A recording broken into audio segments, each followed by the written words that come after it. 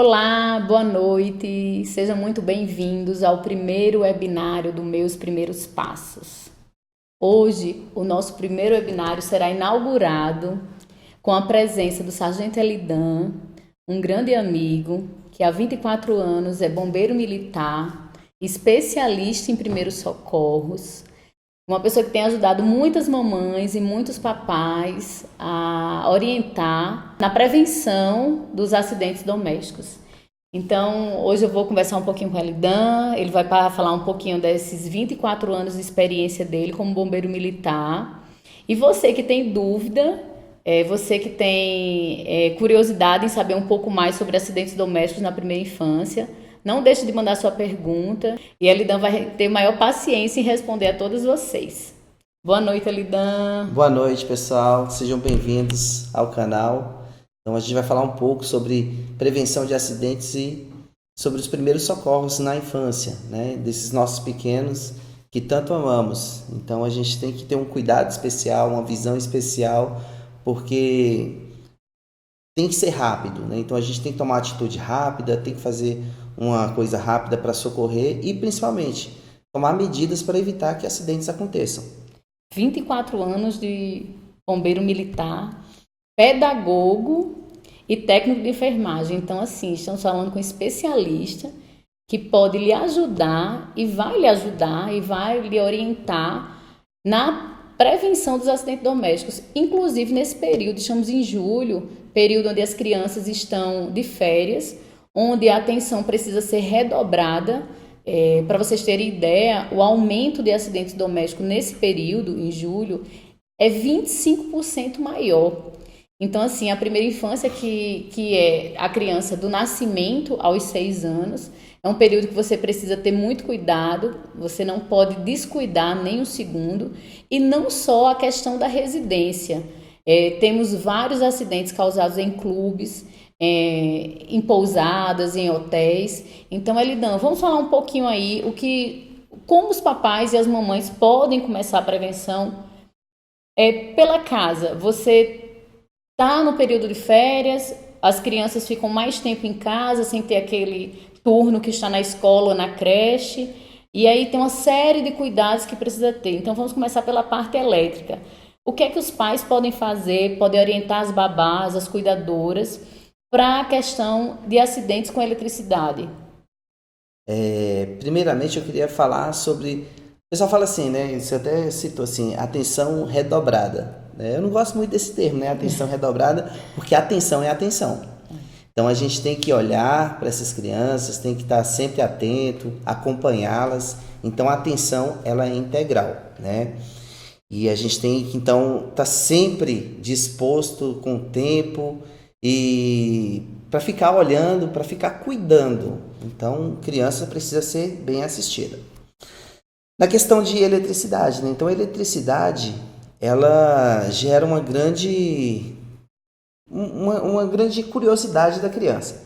A criança olha para aquela tomada, olha para os aparelhos funcionando, então às vezes ela quer descobrir como é que aquilo funciona, né? Então elas gostam de mexer em aparelhos eletrônicos. Então a gente tem que tomar esse grande cuidado de estar sempre do lado, vendo o que ela pode, o que não pode.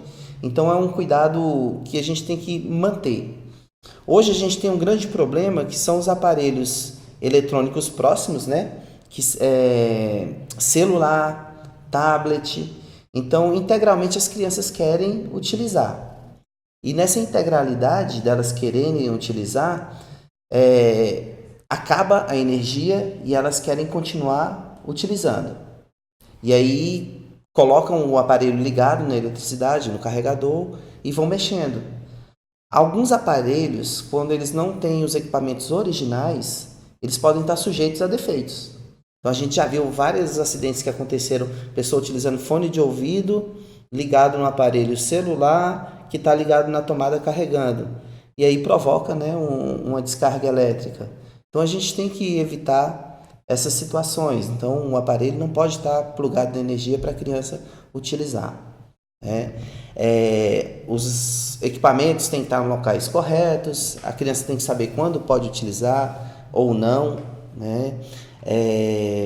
Os fios têm que estar protegidos, As tomadas hoje a gente tem um padrão ABNT, é um padrão nacional, que ele evita que se leve um choque. Ele tem uma proteção a mais, mas não é uma proteção total. Uma criança que pegar um pedaço de ferro e colocar na tomada, ela pode levar um choque, né? Então a gente tem que colocar protetores. Se tem crianças em casa, então as tomadas embaixo todas têm que estar protegidas. Se for uma coisa muito... é um ambiente que só tenha crianças, então a gente evita que essas tomadas estejam no nível delas. A gente coloca no nível maior. Então essas tomadas embaixo, né? A gente não instala elas, Tem ou a então questão a dos gente isola. protetores também, né? Agora, muito comum os protetores de plástico que você já coloca para evitar justamente que a criança coloque um garfo, tente colocar um garfo, um fio. Isso é importante esses protetores, né? Mas a gente deve evitar, então, um ambiente que creches, escolas, né? A gente evita essas tomadas embaixo. Por proteção, a gente coloca tomadas mais altas, na altura assim, de mais ou menos 1 metro. Mas aí, se tiver essas tomadas, que elas sejam protegidas, ou se avaliar bem a situação, é melhor isolá-las, né? Para evitar esses riscos. A questão do T, tem muitos... T com T, então muitas vezes na hora do aperreio na cozinha, a mamãe vai lá, coloca um T, coloca o liquidificador, o bebedouro, mais uma chaleira elétrica e daqui a pouco não dá e já coloca outra, isso daqui é fatal. Isso aí é terrível, né? Porque além de trazer dano para o aparelho, que o aparelho ele vai sofrendo cortes de energia ali, né? Vai dando mau contato, pode queimar o aparelho, ainda tem esse grande risco de sobrecarga. Então a tomada ela foi feita ali, né, para até 3 aparelhos ligados, né? Na tomada tem três entradas, né? Então seria para esses 3 aparelhos. Quando eu coloco um T, eu aumento o número de aparelhos, eu causo uma sobrecarga naquela fiação, que pode provocar curto-circuito e até um incêndio. O ideal é que no lugar desses T's, eles sejam substituídos por réguas. Então tem réguas que tem um protetor elétrico com fusível.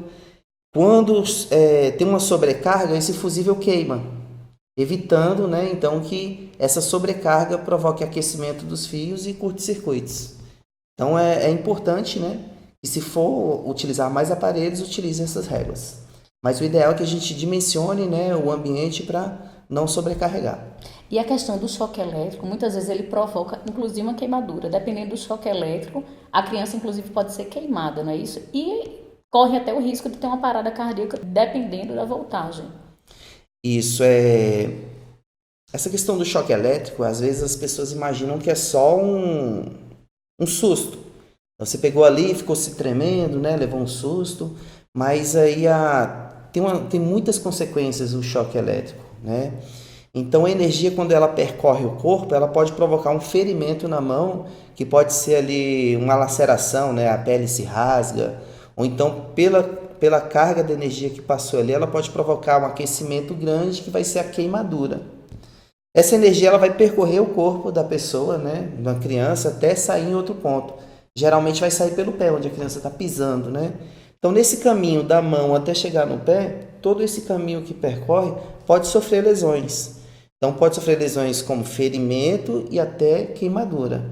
Que a energia ela vai percorrendo, ela vai aquecendo essas partes do corpo, né? Então provavelmente pode ter ferimentos e queimaduras, né? E a questão do tempo de exposição e a carga que a criança recebeu dessa energia, ela pode provocar um desequilíbrio, uma desarmonia nas correntes elétricas que fazem o coração contrair e relaxar. Então ela pode ter uma arritmia, uma parada cardíaca, uma parada respiratória, que às vezes ela persiste e a criança pode realmente persistir nessa parada, né? Às vezes ele dá uma parada respiratória pequena enquanto está recebendo choque e volta a respirar imediatamente. Às vezes essa parada respiratória persiste, que vai levar na parada cardíaca, né? Mesmo depois de levar o choque, os efeitos fisiológicos no corpo da pessoa que levou o choque, eles continuam, né? Então a pessoa que levou um choque agora, ficou exposta ali a um determinado tempo recebendo essa carga. Depois que o choque passar, desligou a energia, ela não está mais recebendo esse choque, ela pode liberar umas toxinas no seu corpo, que pode levar a uma parada cardiorrespiratória, pode levar a um mau funcionamento do rim, né? Então, tem efeitos que eles são contínuos e podem ser prejudiciais. Uma pessoa que levou um choque, ela tem que ser levada para uma unidade de saúde e passar por exames. Lá os especialistas, os médicos, né, vão ver o que aconteceu, qual o tipo de tratamento que deve ser feito com essa pessoa, né? Então é importante, depois de um choque, que a pessoa passe por uma avaliação médica. E aproveitando as queimaduras, vamos falar também das queimaduras na cozinha. É muito comum as crianças terem a curiosidade de abrir o forno, de puxar a panela quando o cabo está exposto. Então, as queimaduras, criança tem que evitar a cozinha. Isso. Eu tinha alguns professores que falavam assim, cozinha não é lugar de criança. Mas toda casa é lugar de criança, a cozinha é lugar de criança. A cozinha não é lugar de criança ficar brincando. Então a gente deve evitar essas brincadeiras na cozinha, né? Então a gente tem que ter um controle, principalmente na hora que a gente está preparando os alimentos, né? Então, utilizando facas, né, para cortar, utilizando fogo, forno, então aparelhos, né, que se aquecem muito. Então a gente deve evitar que as crianças fiquem transitando nesse momento, fiquem brincando ali no local. Elas podem ficar na cozinha, mas a gente deve evitar esse momento para diminuir os riscos. A cozinha ela tem que ser um ambiente planejado. A gente tem que planejar o ambiente para evitar que o forno fique tão baixo que a criança ali toque naquele forno, né? Geralmente o que a gente tem hoje são fogões que são acoplados, né, com o forno que é embaixo, então a gente tem esse grande risco. Então, se for utilizar o forno, né, e tiver uma criança em casa, a criança não deve permanecer na cozinha, principalmente as crianças menores, né? Elas são bastante curiosas e aí querem ver o que está sendo preparado ali, né? Então a curiosidade é grande. Até andando assim, o desequilíbrio, se ela se desequilibrar e for esticar a mão pode pegar ali na parede do forno, que pode provocar uma queimadura. Então é importante a gente tomar esse cuidado, né? Se for de fácil acesso para a criança ali, que ela não permaneça no momento que o forno esteja aquecido. E aquelas grades, né, hoje muito utilizada para evitar o acesso da criança à cozinha ou a outro compartimento da casa, como lavanderia. Ele me tirou dúvida. Na cozinha, a criança sem querer colocou a mãozinha lá no forno, queimou. O que é que a babá, o que é que a mamãe, o que é que o papai podem fazer para aliviar? Importante essa pergunta, né? Geralmente o pessoal, assim, às vezes tem vários produtos em casa, ou já ouviram da vovó, da mamãe, né? Ouviram de um vizinho, ouviram ali em alguma conversa, né? Assim, usa Pasta de dente, borra de café, clara de ovo. Nada disso. Não utilize produto nenhum numa queimadura. Porque a queimadura, ele é um processo, né, que vai causando deteriorização da pele, né? E a pele é a nossa proteção. Então, se houve alguma lesão na pele ali, né, essa pele foi destruída, né, ela sofreu uma lesão, o corpo está aberto para receber as coisas de fora, né, micro-organismos, então pode provocar ali uma infecção. Todos esses produtos colocados ali, eles podem, né, levar essa infecção para o corpo da pessoa que se machucou. A gente está falando de criança, né, então da criança. Então, qualquer queimadura, não utilize produto nenhum. O primeiro procedimento é parar esse processo que está queimando, está machucando a pele. E para acontecer isso, a gente tem que resfriar o local. O que a gente sempre indica é que a gente utilize água limpa, água corrente. Então eu posso colocar numa torneira, assim, eu posso colocar numa torneira com água escorrendo, sem pressão, que é para não machucar mais a pele. E deixar ali, né, mais ou menos 15 minutos. Com 15 minutos eu consigo resfriar bem essa região, consigo trazer um alívio para a dor, e aí ela vai permanecer mais tempo resfriado e diminuindo essa dor. Se eu coloco ali em 5 minutos, essa dor volta mais rápido, né? Então o que a gente indica é isso, 15 minutos. 15 minutos é o ideal. Posso também, né, no lugar de água corrente, mergulhar o membro, né? Então, se for uma mão, se for uma parte pequena do corpo, mergulhar ali numa bacia com água, num balde com água. Mas o importante é a água natural, né? Água limpa, natural, não pode ser água gelada. Tem gente que quer colocar em água gelada que é para ser mais rápido. Não, é água natural, E tá? nada de atadura.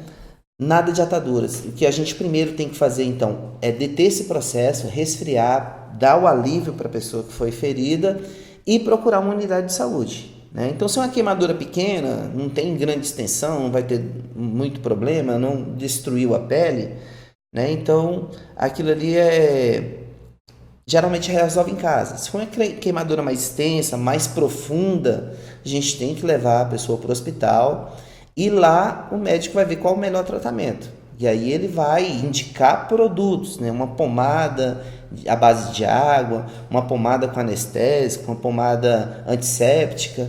Então só o médico que vai indicar produtos para serem utilizados. Então no atendimento pré-hospitalar, quando aconteceu o acidente, e a primeira resposta, o primeiro socorro que eu vou dar para essa criança, eu não uso nenhum produto. É só água limpa ou, se tiver, soro fisiológico em temperatura ambiente. Nada desses produtos aí e nem essas coisas, borra de café, clara de ovo, babosa, pasta de dente. Porque se você misturar tudo isso aí, juntar tudo, jogar no liquidificador, dá um shake, né? Então evite esses produtos. Tá bom. Elidan, e a questão dos afogamentos? O índice altíssimo, muitas crianças, vários vídeos no YouTube, né, na internet, nos grupos sendo compartilhados pelas mães, a quantidade de acidentes em piscina, né, enormes. As crianças, muitas vezes, num descuido, né, em questão de segundos, elas caem, elas têm curiosidade de entrar na água e consequentemente, acaba sofrendo um acidente. Então, a questão do afogamento hoje, ele não é só com a piscina. Tem casos de crianças, de bebês, que afogam nos vasos sanitários e nas bacias. Então, qual a outra prevenção que podemos ter para evitar os acidentes em crianças na primeira infância, de 0 a 6 anos, com afogamento? Como a gente já falou no início, a criança ela tem que ser assistida, né? Então, é um olhar atento, sempre, né? Então, se eu tenho criança, eu tenho que dar atenção para ela, né? Se eu coloquei ela num ambiente que pode ter riscos, então essa minha atenção tem que ser integral. Eu não posso desviar o meu olhar para outra coisa. Hoje a gente está vivendo, né, na era do celular, então as pessoas...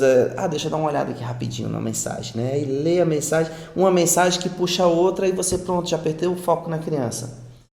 Em 2 segundos o acidente pode acontecer. Eu posso até dizer de uma experiência minha, meu filho, eu estava num churrasco com meus amigos bombeiros, né? Mais os familiares de cada um, e meu filho estava brincando na piscina, ele estava com aquele macarrão amarrado, né? Estava na boia ali, mas ele levantou, saiu da piscina e queria ir ao banheiro. Eu tirei ali a boia, ele foi ao banheiro, né? E aí eu virei as costas para pegar carne e distribuir para o pessoal. Aí de repente eu ouvi gritos, né? E isso assim, na hora que eu virei as costas não deu nem 10 segundos. Na hora que eu olho, minha mulher já tinha pulado na piscina, já pegado o meu filho, ele estava se afogando. Qual a idade né? dele? Ele estava com 4 anos, né? Hoje ele está com 5 anos. Então foi muito rápido, né? Então virei de costas em menos de 10 segundos. Ele já estava se afogando, né? Então a ação ali de pessoas que estavam olhando foi muito rápida. Ele passou o tempo todo com o espaguete, com a boia no corpo, né? E eu achando que ele estava seguro. Mas um instante ali que tirou, né? A criança ela não vai imaginar que ela tem que usar todos os procedimentos de segurança. Para ele chegou, já estava pronto, pulou na piscina. Se não tivesse ninguém olhando, ele estaria lá se debatendo, né? Até o momento que alguém olhasse. Mas aí minha esposa estava na beira da piscina, olhou, viu na hora que ele caiu, né? E aí já viu a mãozinha dele subindo lá, aquele sinal que a pessoa está sufocando. E aí já tirou ele, né? Graças a Deus, na hora, criança tem uma defesa que geralmente assim a glote fecha e ela não aspira tanta água, né? Então com ele aconteceu isso, mas em alguns afogamentos a água já vai direto para o pulmão, né? Então ele saiu da água e nem tossiu, né? Então, mas ele jogou muita água para fora porque foi pro estômago, né? Ele jogou muita água para fora. É um desespero muito grande, né? Então a atenção ela tem que ser integral. Se você desviou a atenção em algum momento, deixou de ter um procedimento de segurança, o acidente acontece. Então ele estava com a boinha, né, o espaguete, se estivesse com ele, tudo bem. A gente tem que pensar sempre assim em dois dispositivos de segurança. Se ele tivesse com a boinha e mais as boias de braço, né, ele não teria passado por esse problema. Existe uma boia recomendável para crianças? É melhor usar só de braço? O recém-nascido também, muitas mamães usam os de pescoço. Qual a sua opinião, Elidão, em relação às boias? O recém-nascido,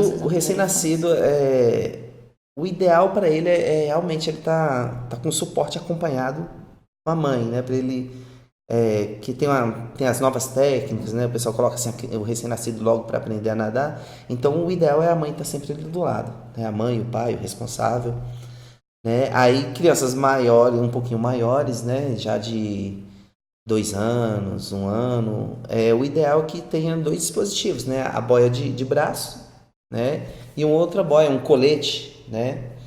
A gente tem esses dispositivos, as boias que são umas boias redondas, né? Parecendo um pneuzinho, umas boias que é tipo um carrinho, todas enfeitadas, né? Então cheio de coisa, chama muita atenção, mas não protege nada. Elas podem virar e a criança quando ela está presa na cintura, então ela vira e a boia fica sustentando ela, fazendo força para que ela não consiga voltar à posição natural. Então ali no lugar de ajudar essas boias, elas prejudicam mais ainda e levam a criança a ficar presa, se sufocando, né? E aspirando mais água. Então é perigosíssimo. A boia, o ideal mesmo é colete, né? E as boinhas de braço. Hoje está se usando muito o espaguete. O espaguete ele traz mais liberdade para a criança, porém, à medida que a criança vai se movimentando, ele vai afrouxando. Então, direto tem que dar o ajuste. O espaguete seria, no caso, para as crianças maiores. Crianças mais de 2 anos, né? 2 anos, estão aprendendo a nadar. Então, ela tem uma eficiência muito grande assim, para as crianças até 30 quilos. Né? Então elas são seguras, mas aí fica esse cuidado, né, de sempre ajustar. O que a gente não pode é perder de vista a criança, tem que estar sempre olhando, sempre monitorando. Ainda nos afogamentos a gente tem que ter um cuidado de olhar mesmo, porque não é só em piscina, não é só no mar, não é só em lagoa. Como você falou, crianças menores que estão aprendendo a andar, né?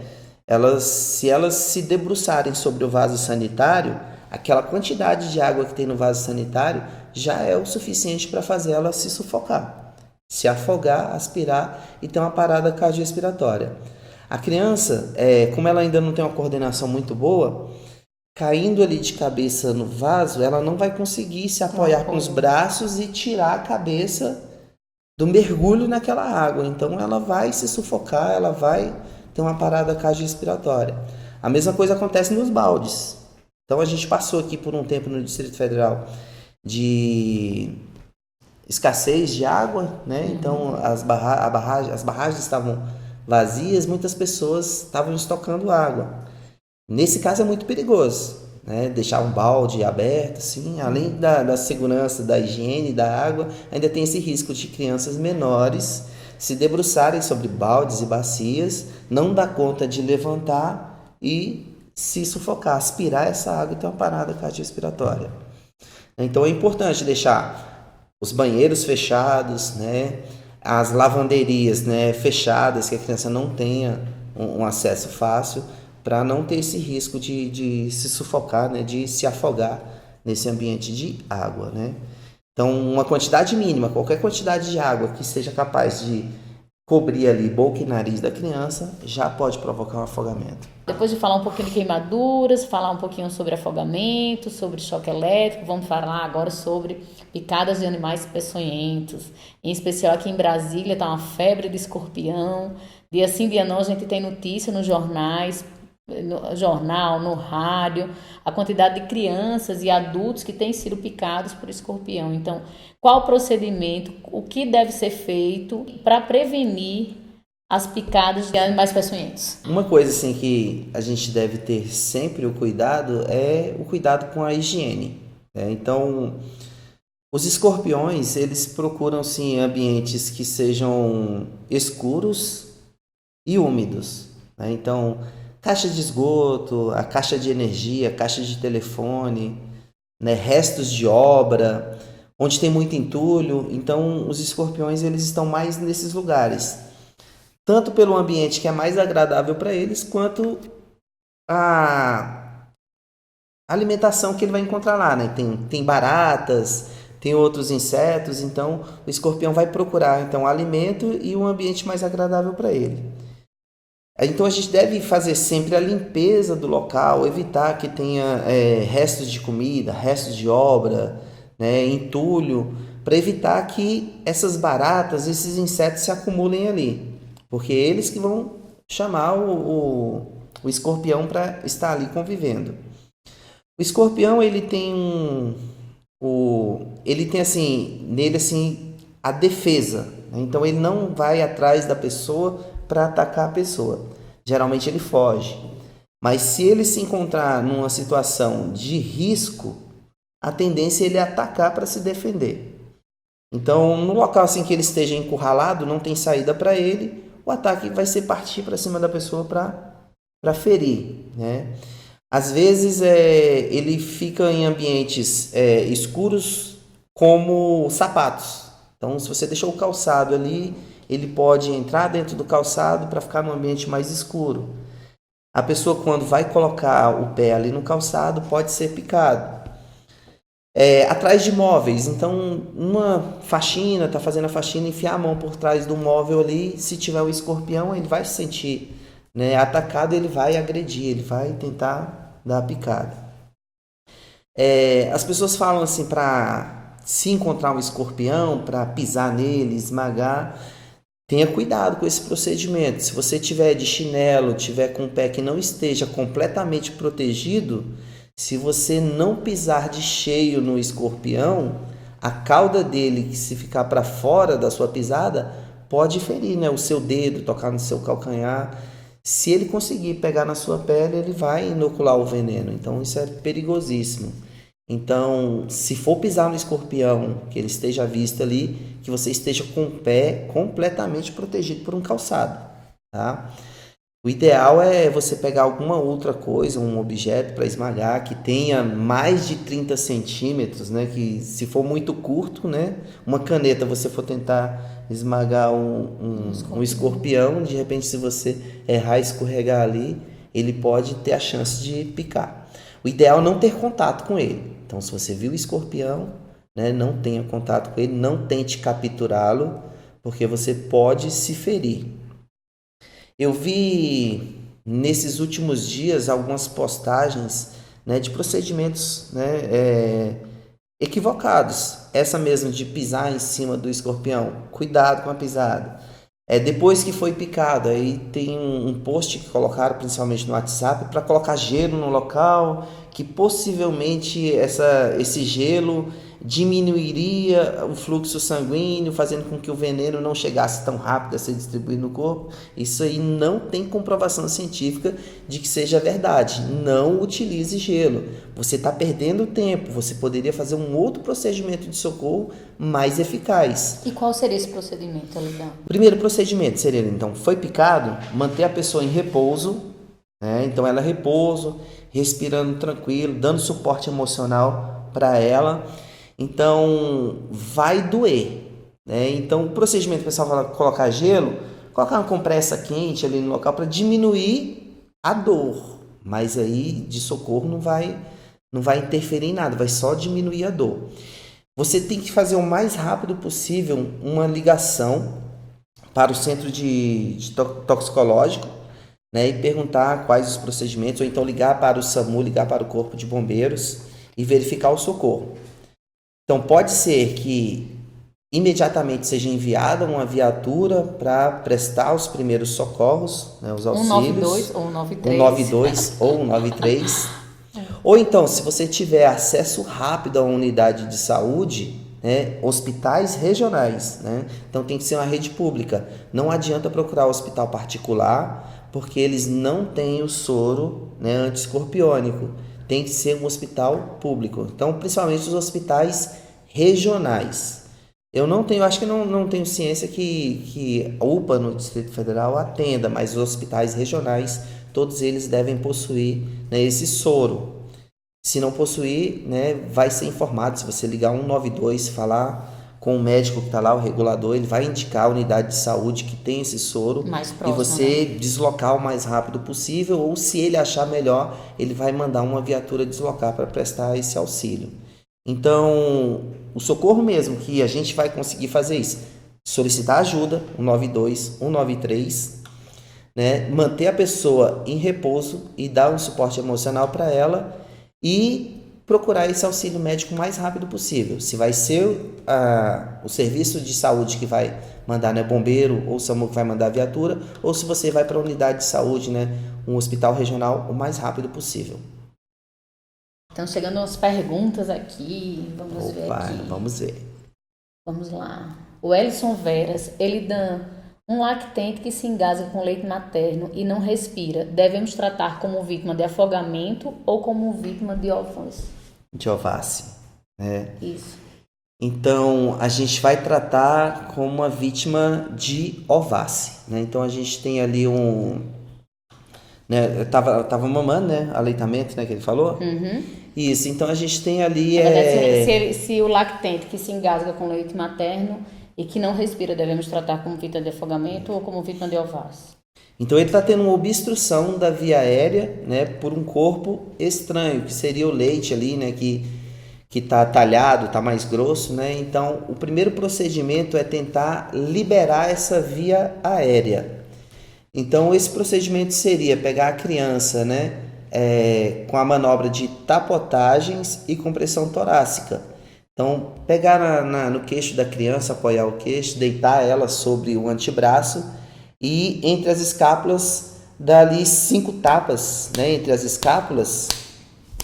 Depois desses 5 tapas, geralmente nesses 5 tapas a criança já desobstrui, né? Então tem que ser uma pressão que seja capaz de comprimir um pouco o tórax da criança, né? E fazer essa trepidação e a cabeça da criança mais baixa do que o bumbum. Geralmente nesses procedimentos de 5 tapas já desobstruiu a criança que engasgou com leite materno. Se não conseguiu desobstruir, o segundo passo seria apoiar na cabeça dela, deitar as costas dela sobre o antebraço e fazer 5 compressões no tórax, em cima do externo do lactente. Né? Então, ficar repetindo esses procedimentos até a criança desobstruir. Então, o tratamento não é de afogamento, é de obstrução de vias aéreas por corpo estranho. Outra coisa que nesse período de férias acontece muito é a questão do engasgo com brinquedos. Então, os brinquedos pequenininhos, a criança está lá, desmonta ou não desmonta, então é pequeno mesmo, e a criança tem a curiosidade, principalmente no período que está nascendo os dentinhos, de colocar na boca. Então, eu estava num grupo de mães ontem, conversando, e elas falavam justamente sobre, uma delas contava justamente sobre a experiência que teve em ter que desengasgar a criança. Ela perguntou, meu filho, tá tudo bem? E ela vendo que ele um pouco angustiado, agoniado, aí ele apontou para o brinquedo. E aí ele continuava respirando, mas ela conseguiu levá-lo ao hospital. E quando chega lá, ele fez o raio-x e ele tinha ingerido um pedacinho um pedaço de peça. Então, a questão de adquirir brinquedos com registro é muito importante. E também a questão da faixa etária. Isso, os brinquedos, eles passam por um controle de qualidade. E é bom a gente ter atenção a esse controle. Então, todo brinquedo, ele tem um símbolo do Inmetro, no qual ele atesta a qualidade do produto, né? Então, se tiver lá o selo do Inmetro, quer dizer que esse brinquedo, esse produto, ele foi testado, foi classificado para uma faixa etária segura para a criança utilizar. Então é importante que a gente verifique isso aí. E aí tem a faixa etária, né? Então tem brinquedos lá que tem uma bola cortada no meio e a cabecinha de uma criança, e tem o número lá, os números, né, 0 e 3. Então quer dizer que aquele brinquedo ele não é indicado para crianças menores de 0 a 3 anos, porque ele possui peças pequenas que, numa eventualidade, podem se soltar, e se soltar e a criança colocar na boca, ela pode se sufocar. Então já foram feitos vários testes e foram visto que estes produtos que têm esse selo proibido de 0 a 3 anos, ele tem um grande potencial de engasgar a criança. Então a gente não pode, né, deixar a criança exposta a esses brinquedos. E a questão, outra pergunta aqui, Elidana. Maria, ela está perguntando sobre a questão da intoxicação de brinquedos, que ocorre muito também, né? Alguns brinquedos, eles justamente eles não passam por avaliação, não passam pelo aquele registro de qualidade, e muitas vezes ele acaba provocando intoxicação na criança. E esse produto de intoxicação na criança através do brinquedo, ele pode ser evitado justamente com o que você falou. Comprar brinquedo apenas com o registro, evitar que os brinquedos sejam adquiridos com a faixa etária errada. E o que mais as mamães podem fazer para evitar acidentes com brinquedos na primeira infância? Então, um grande cuidado que a gente tem é não deixar a criança ter contato com esses brinquedos, né, fora da sua faixa etária. Existe um descuido que é próprio quando a gente junta todos os brinquedos de todas as crianças. Então, às vezes a gente coloca o brinquedo de uma criança pequena junto com o brinquedo de uma criança grande. E aí esse brinquedo da criança grande, ele não deve ter, a criança pequena não deve ter acesso, porque solta peças pequenas que podem provocar engasgamento. Então a gente tem que ter esse grande cuidado, né? Separar o brinquedo das crianças, não pode deixar brinquedo das crianças grandes junto com os brinquedos das crianças pequenas, para as crianças pequenas não terem esse acesso. Como você falou, os produtos, esses brinquedos, né? Eles têm que ser licenciados porque eles passam por testes. Existem brinquedos que não têm uma qualidade do seu produto. O seu plástico ele é quebradiço, então ele pode quebrar e provocar cortes, ferimentos na criança. Tem brinquedos que tem tinta que ela é altamente tóxica, né? Possui chumbo na sua composição, então a gente não pode deixar, ninguém pode ter contato, né? Nem os adultos nem as crianças ter contato com isso aí. Alguns tipos de plástico, eles não são indicados para a criança utilizar e colocar na boca, que eles têm uma substância, o BPA, que pode provocar malefícios à saúde. Então, além disso, a gente tem esse cuidado, né? Então, principalmente com copos de plástico, mamadeiras, né? Garrafas de água. Então, a gente tem que ver se está livre de BPA, né? Se é um produto atóxico. Então, é importante que tenha uma certificação de um instituto científico dizendo que aquele produto ali, ele é atóxico, não tem risco para as crianças, nem para nós adultos, né? Outra pergunta, Lidan, aqui sobre a Lei Lucas. O que é a Lei Lucas? Olha, a Lei Lucas é uma lei que foi aprovada no ano passado, né? E ela entrou em vigor agora em abril. Essa lei, ela saiu de uma iniciativa popular. Então, o Lucas, uma criança que estava num passeio de escola, e aí ela foi lanchar e, ao se alimentar, ela se engasgou com o próprio alimento, né? Parece que era um cachorro quente. E aí as pessoas que estavam junto dela não tinham treinamento em primeiros socorros, não sabiam fazer o procedimento de desengasgar, né, essa criança. E essa criança veio a óbito. A mãe dele, então, né, muito triste com essa situação. É um procedimento tão simples que poderia ter sido feito, e como não tinha ninguém preparado, ela tomou a iniciativa de fazer, né, as comunicações, correr atrás das autoridades. E aí um deputado, ele assumiu esse compromisso, esse projeto, levou à Câmara, então foi aprovado. Então hoje, né, a gente tem nessa lei que determina que as escolas, né, onde tem várias crianças nas escolas, as creches, os locais que têm recreação infantil, tenham profissionais que sejam habilitados em primeiros socorros. São profissionais que devem saber prestar os primeiros socorros em caso de acidentes, engasgamentos. Então, se a criança precisar de um auxílio de primeiros socorros, a gente tem que ter um certo número de profissionais preparados para dar essa primeira resposta. Às vezes são coisas tão simples, mas quando as pessoas não estão preparadas, elas não estão com controle emocional, não conseguem prestar esses primeiros socorros. Então, essa lei, ela coloca nesse dispositivo que deve existir pessoas treinadas. Então, quando essas pessoas estiverem treinadas, elas vão ter a tranquilidade e vão executar o procedimento correto. Então, é importante, eu vejo uma grande importância nessa lei, porque a gente vai dar uma assistência para a criança. Às vezes, um acidente grave, ele leva uma criança a óbito, mas se tivesse uma primeira resposta, se tivesse uma pessoa ali do lado, dando o primeiro auxílio, até que as autoridades chegassem, o SAMU, o Corpo de Bombeiros, essa criança teria uma possibilidade melhor de diminuir lesões e até sobreviver.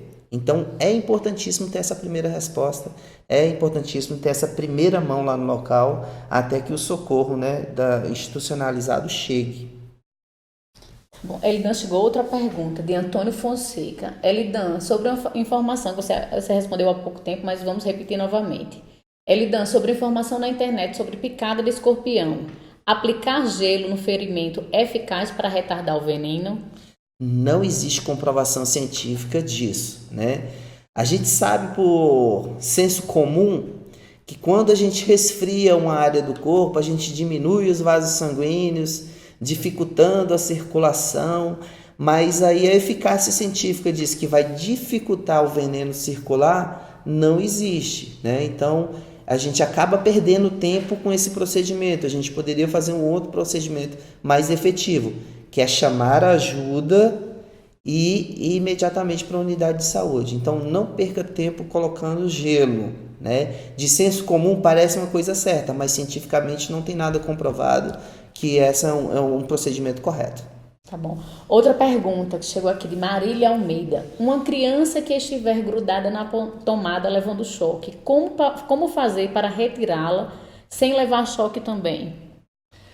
Olha, é importantíssima essa pergunta, É porque quando a gente vê uma pessoa em apuros, principalmente uma criança, o nosso senso de proteção é ir logo correndo e afagar aquela criança, protegê-la. Mas se você triscar nela, você vai levar o choque também, O procedimento correto é desligar a energia. Então, a gente tem que saber dos ambientes onde a gente está, principalmente nossas casas, Onde que é o quadro geral de energia. Então, o primeiro procedimento é desligar a energia. Então, você desligou a energia, aí sim você pode socorrer a criança. Fora esse procedimento, a gente não indica nenhum outro. Às vezes a pessoa fala assim, empurra com o pé, chuta, pega um pedaço de uma vassoura, um rodo e afasta a pessoa. Esses procedimentos não são corretos porque você corre o risco de levar o choque, Então o procedimento correto é esse, desligue a fonte de energia. Então o correto é desligar o quadro de energia. Tenha o cuidado de olhar na sua casa, olhar no ambiente que você fica junto com essa criança, onde que ficam esses quadros de energia. E aí você vai ter segurança para socorrer a criança. Outros procedimentos a gente não indica, Até porque antes a gente tinha cabos de vassoura, cabos de rodo, que eram feitos de madeira. Hoje, se a gente for ver, a maioria deles é feito de metal, e o metal conduz energia. Pois é, estamos conversando com o sargento militar Elidan, bombeiro militar, 24 anos, pedagogo e técnico de enfermagem. Elidan tem 24 anos de experiência como bombeiro militar, é uma pessoa que aprovou o projeto dos Meus Primeiros Passos, é o nosso parceiro. Quem tiver um tempinho, quiser seguir lá, @Meus Primeiros Passos no Twitter, no Instagram, no Facebook, no YouTube. Estamos com um projeto muito bacana em informar você, mamãe, você, papai, a prevenção de acidentes domésticos. Hoje, os acidentes domésticos, eles matam mais do que acidentes de trânsito. E nesse período de férias, em julho, esses acidentes aumentam 25%. Então, assim, eu quero agradecer a audiência de vocês. Estão chegando aqui mais perguntas. Enquanto isso, a Lidan vai falar um pouquinho sobre engasgo. Vamos falar sobre engasgo tão comum na primeira infância, em especial quando as crianças. Tivemos algum caso que repercutiu muito recentemente em São Paulo, de uma mãe desesperada que chegou num posto militar pedindo socorro porque a criancinha tinha engasgado com leite materno. Então, Elidan, como é que a mãe que está amamentando, a criança engasgou, como ela deve proceder, o que é que ela deve fazer? Claro que a primeira coisa é manter a calma, o que é muito difícil. Eu que sou mãe de primeira viagem, tenho um filho de 3 anos e meio, José Neto. Nunca tive a experiência do engasgo, mas tive outras experiências que depois eu vou relatar aqui para vocês. Então, Elidan, o que é que a mãe deve fazer? Está amamentando, a criança engasgou. O que a mãe deve fazer? Então, eu até citei aqui, né, o procedimento. Então, a gente vai pegar, primeiro, vai ter a certeza de que a criança está engasgada. Geralmente, né, quando o bebê está amamentando, se ele engasgar, a gente vai observar que ele não consegue chorar, ele não emite som, e começa a ficar com os olhos bem abertos, bem esbugalhados, começa a se movimentar demais, gesticulando muito, né? Ou então assim ela emite um som assim cortado, não é um som completo, não é um choro completo. Então, nesse momento deve pegar a criança, né? Apoiar no queixo dela, segurar, deitar ela sobre o antebraço, deixar a cabeça mais baixa do que o bumbum e aplicar entre as escápulas, entre os bracinhos do bebê ali nas costas, né? 5 tapinhas, né? Então você vai aplicar 5 tapinhas ali nas costas e geralmente isso já serve para desobstruir. Se não aconteceu essa desobstrução, aí em seguida a gente vai pegar na cabeça da criança, deitar ela sobre o outro antebraço, deixando a cabeça mais baixa do que o quadril ali, né? Mesma posição, e fazer 5 compressões ali no peito da criança, né? Em cima do externo dela. E a gente vai fazendo alternadas vezes até que ela consiga respirar, chorar, né? Então, esse é o procedimento correto. E ele deve ser executado o mais rápido possível, né? Então, a criança que ela ficar muito tempo sem conseguir respirar, ela chega à inconsciência, pode chegar a uma parada cardiorrespiratória, e aí a gente já complica mais a situação. Então, o importante é que você saiba fazer isso, que você treine isso, pegue uma boneca, treine com a boneca esse procedimento, para você ter confiança e segurança de fazer. Esse procedimento de sair correndo atrás de socorro, às vezes sim pode retardar muito o socorro da criança, pode atrapalhar. Então, a gente consegue, né, sair fazendo esse procedimento, pedindo socorro. Mas o ideal é que a gente faça esse procedimento o mais rápido possível, né? E se não tiver sucesso rapidamente, chame ajuda, ligue o 192 SAMU ou o 193 Corpo de Bombeiros, e aí um profissional da saúde vai atender a essa solicitação. Quero agradecer quem está acompanhando. Estamos aqui no nosso primeiro webinário, dos meus primeiros passos, uma rede criada para ajudar você, mamãe, você, papai, que é mãe, que é pai, que é avô, que é tio, com dicas, com orientações. Se você tem alguma sugestão, não deixe de mandar pelo direct. Vamos ter em breve um segundo webinário com o Sargento Elidan para falar mais sobre acidentes domésticos, que é tão comum.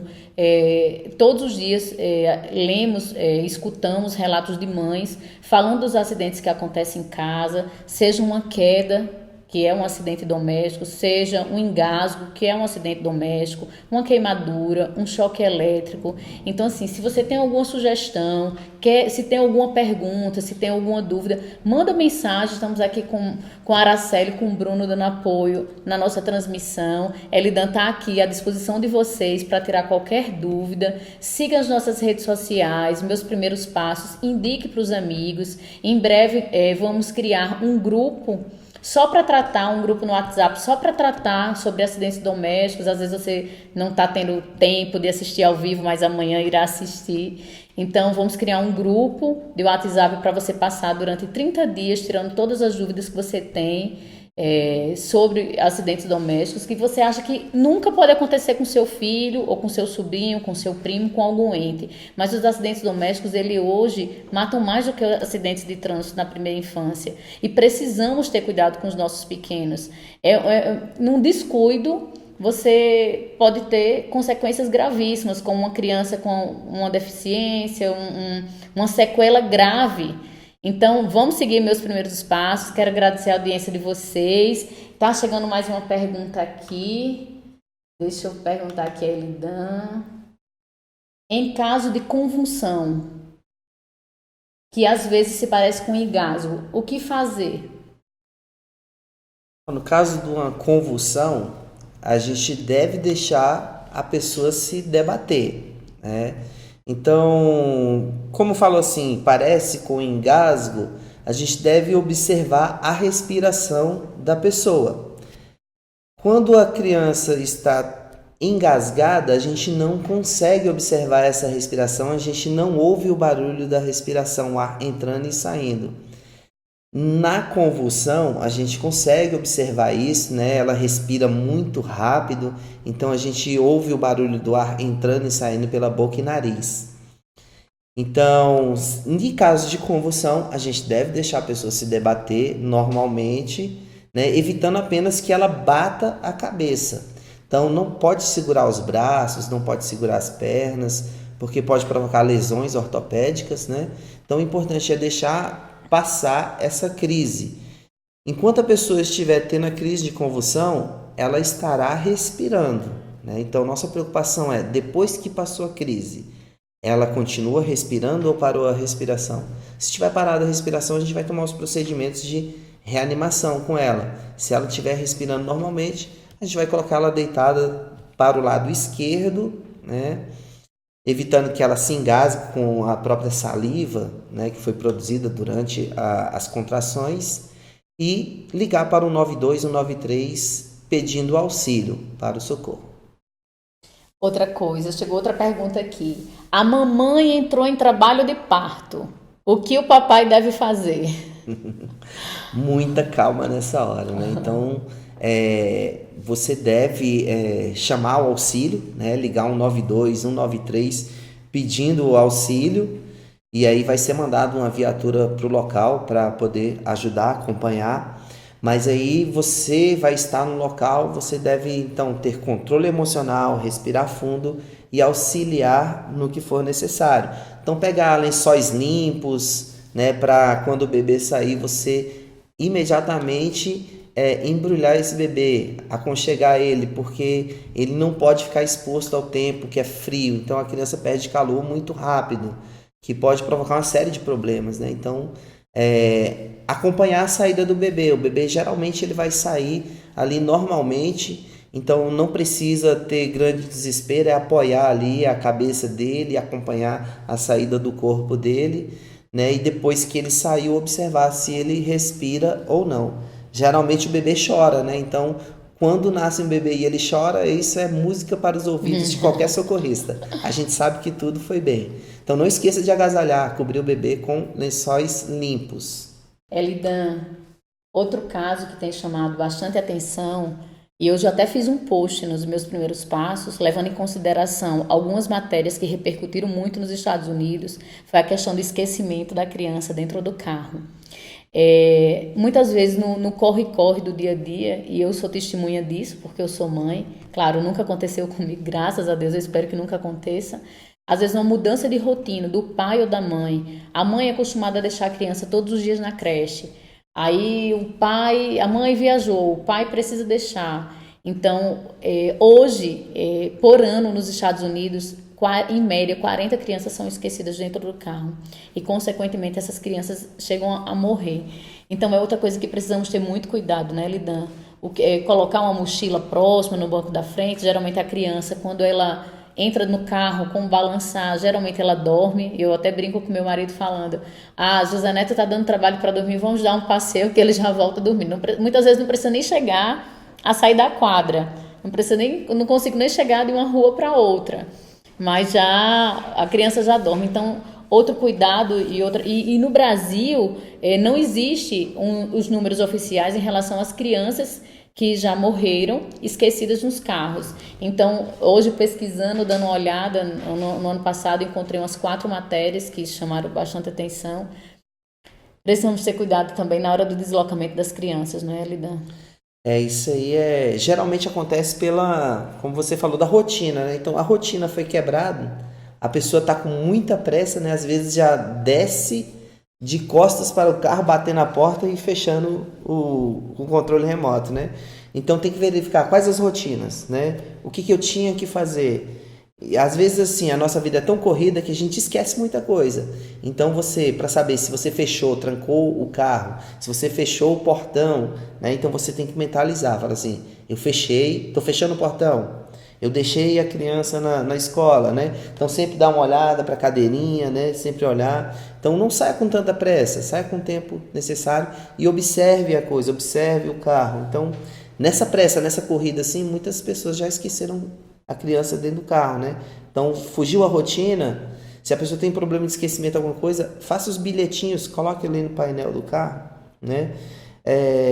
Isso é uma forma de evitar, né? Mas às vezes assim, por essa quebra de rotina, realmente acontece esse esquecimento. Eu queria agradecer a vocês pela companhia, gostaria de agradecer a todos que participaram. Ainda tem muitas perguntas aqui, vamos responder pelo direct. Agradecer e dizer que em breve vamos estar anunciando mais um webinário com o Sargento Elidan para tratar sobre acidentes domésticos. Queria agradecer a presença de Elidan, nosso parceiro dos meus primeiros passos. Elidan, que é bombeiro militar há 24 anos, pedagogo e técnico de enfermagem, que tem feito um trabalho junto com os meus primeiros passos para alertar sobre a quantidade de acidentes domésticos que tem aumentado diariamente no Brasil. Para vocês terem ideia, hoje os acidentes domésticos eles matam mais do que acidentes de trânsito. Então, agradecer a Elidan, dizer a vocês que sigam nossas redes sociais, meus primeiros passos no YouTube, no Facebook, no Twitter e no Instagram, e deixar a palavra final para a Elidan, para agradecer a vocês. Obrigado por nos acompanhar, espero que eu tenha sido claro, né, esclarecido as dúvidas que tenham surgido. Estaremos à disposição para tirar essas dúvidas que venham a aparecer, outras coisas que vocês queiram saber, né, estamos sempre dispostos. Quanto mais pessoas estiverem preparadas a prestar primeiros socorros, melhor é a nossa resposta, né, ali do Corpo de Bombeiros de SAMU, a gente dá uma resposta melhor. Então é importante que tenha alguém no local que preste os primeiros socorros, para que o serviço de emergência chegue e continue esse socorro. Obrigado, gente. Até a próxima. Até mais.